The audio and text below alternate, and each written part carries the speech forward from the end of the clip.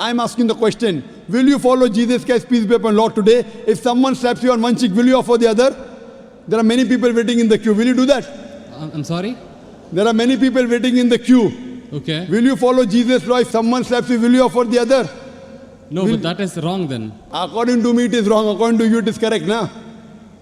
You believe Jesus Christ is your God, peace be upon him. Yes. If someone slaps you, will you offer the other cheek? You can come on the stage here. We'll have many people slapping you. If that way someone kills you, you allow them to kill again. Is this justice? It's not justice at all. Depending upon the situation, you have to keep on changing.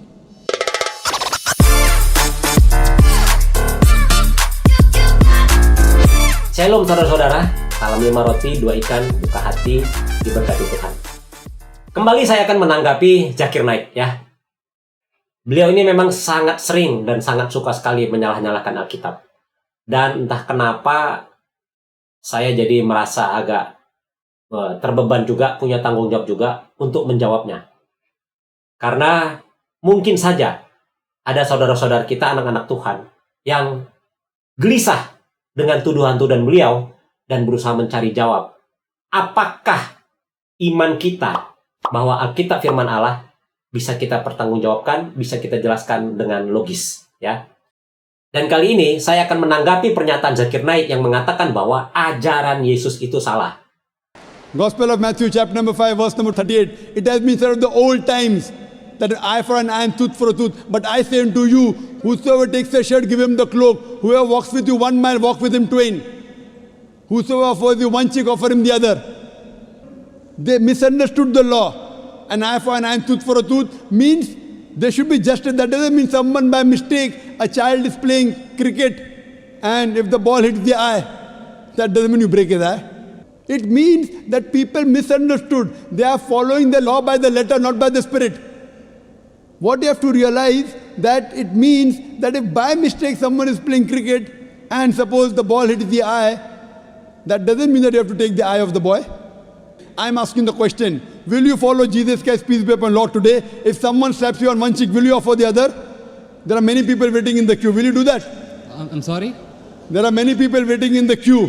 Okay. Will you follow Jesus' law? If someone slaps you, will you offer the other? No, but that is wrong then. According to me, it is wrong. According to you, it is correct, now. You believe Jesus Christ is your God, peace be upon him. Yes. If someone slaps you, will you offer the other cheek? You can come on the stage here. We'll have many people slapping you. I didn't understand actually. It's not clear. That verse of the Bible also says someone slaps you on one cheek, offer the other. Yeah, Do you believe in that law? I do, yes. So if someone slaps you, will you offer the other cheek? Exactly. If I don't, that means I'm disobeying his laws. That's it. Okay, suppose if I tell that from today, everyone will come and hit you on the cheek. Maybe once or twice you'll offer. Will you offer always? Well, that depends on my depth of the faith. I mean, if I'm really strong believer, then I would definitely offer. Is any Christian worth the name born today who will keep on offering his cheek? I have not met anyone. Do you agree that 30,000 people here, 30,000 slaps, will you take? But believe me, there are really true believers who would. I am asking you, will you leave us others? Will you? I don't know. That means you're not a believer. If it is by mistake, an eye for an eye and tooth for a tooth is wrong. If it is required, sometimes you can offer your cheek, but not always. If you offer the cheek, where is justice? If that way someone kills you, you allow them to kill again. Is this justice?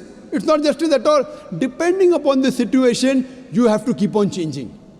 Menurut Zakir Naik, itu ajaran yang salah. Karena itu, jika diterapkan, maka tidak ada keadilan. Ya iyalah, karena dia memang memahaminya secara hurufiah. Tapi yang sebenarnya bikin saya heran adalah, kok beliau bisa-bisanya memahami ayat itu secara hurufiah, secara literal. Harusnya dia tahu dong, ada ayat-ayat yang harus dimengerti secara hurufiah, dan juga ada ayat-ayat yang punya makna kiasan yang harus dimengerti di dalam konteks pembaca pertamanya di saat itu.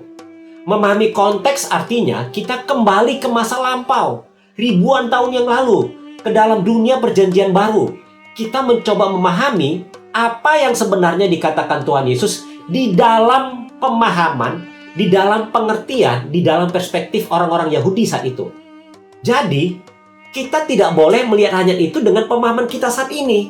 Tapi kita harus melihat pengertian ayat itu di dalam pikiran orang Yahudi yang mendengar perkataan Yesus itu. Karena memang perkataan itu disampaikan Yesus kepada mereka.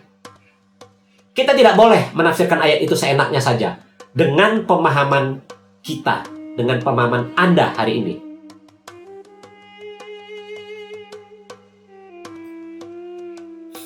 Saudara-saudara, kita harus tahu tujuan dari menampar pipi orang bagi orang Yahudi.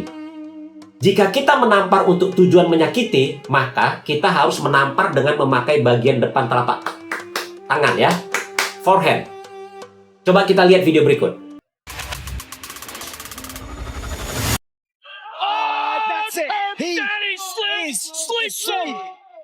Oh my! He ain't getting up from that. First ever. Two. Let's see what she's got. Oh, there it is. City Nick is out. Oh. Jackie Cataline answering the bell. Wow. Oh. Nah, ini adalah tamparan untuk menyakiti dan bikin KO lawannya. Tapi dalam konteks Yahudi saat itu, fokus tamparan bukan sakitnya, tapi penghinaannya. Ya, bagi mereka tamparan adalah sebuah bentuk penghinaan. Ketika ia mengatakan hal itu, seorang penjaga yang berdiri di situ menampar mukanya sambil berkata, "Begitukah jawabmu kepada imam besar?"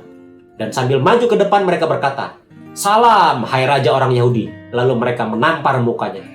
Saudara-saudara, kalau mereka ingin menyakiti Yesus, maka mereka akan tonjok mukanya, patahkan giginya, atau pecahkan bibirnya. Tapi niat mereka memang untuk menghina Yesus, bukan untuk menyakiti. Makanya mereka menampar Yesus. Nah, kalau saya menampar seseorang, biasanya saya akan menggunakan tangan sebelah depan ya, forehand. Karena saya bukan kidal. Kidal itu artinya tangan kiri yang dominan. Saya tangan kanan yang dominan. Jadi kalau saya mau menampar seseorang dengan bagian depan telapak tangan kanan saya, maka yang kena adalah pipi kiri orang itu. Begitu ya, saudara-saudara. Bagi orang Yahudi, itu adalah penghinaan. Tapi penghinaan yang biasa. Penghinaan yang maksimal, penghinaan yang paling parah dilakukan dengan menampar orang menggunakan bagian belakang telapak tangan, punggung tangan, backhand ya. Jadi kalau orangnya ini menghadap saya, ini adalah pipi kirinya, ini adalah pipi kanannya. Ya. Jadi kalau saya mau menghina orang Yahudi dengan penghinaan yang maksimal, maka saya akan menampar dia dengan punggung tangan kanan saya, bam, sehingga kena pipi kanannya, bam, begitu ya.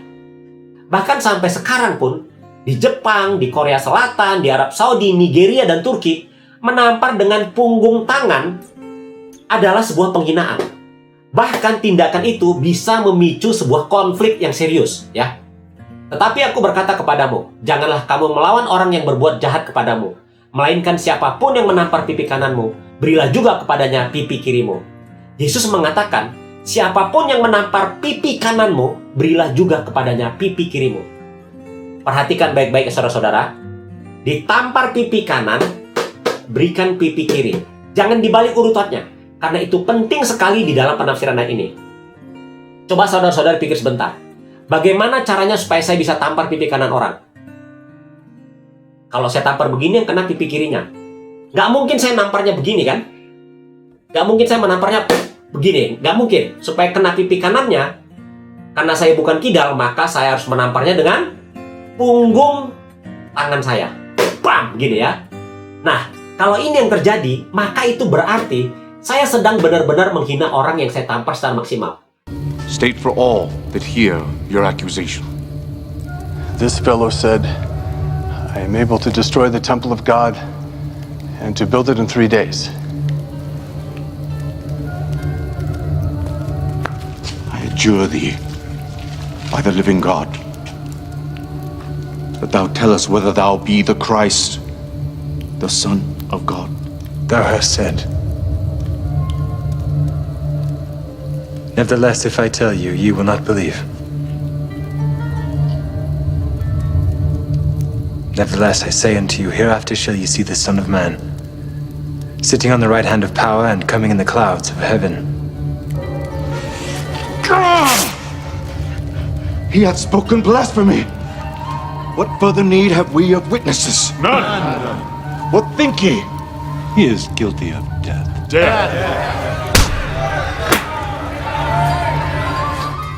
Yesus berkata bahwa dia adalah anak Allah. Karena itu, imam besar Kayafas marah besar dan kemudian menampar Yesus dan meludahinya. Itu artinya dia marah sekali dan menghina Yesus. Perhatikan baik-baik. Dia menampar Yesus dengan punggung tangannya. Bam! Gitu.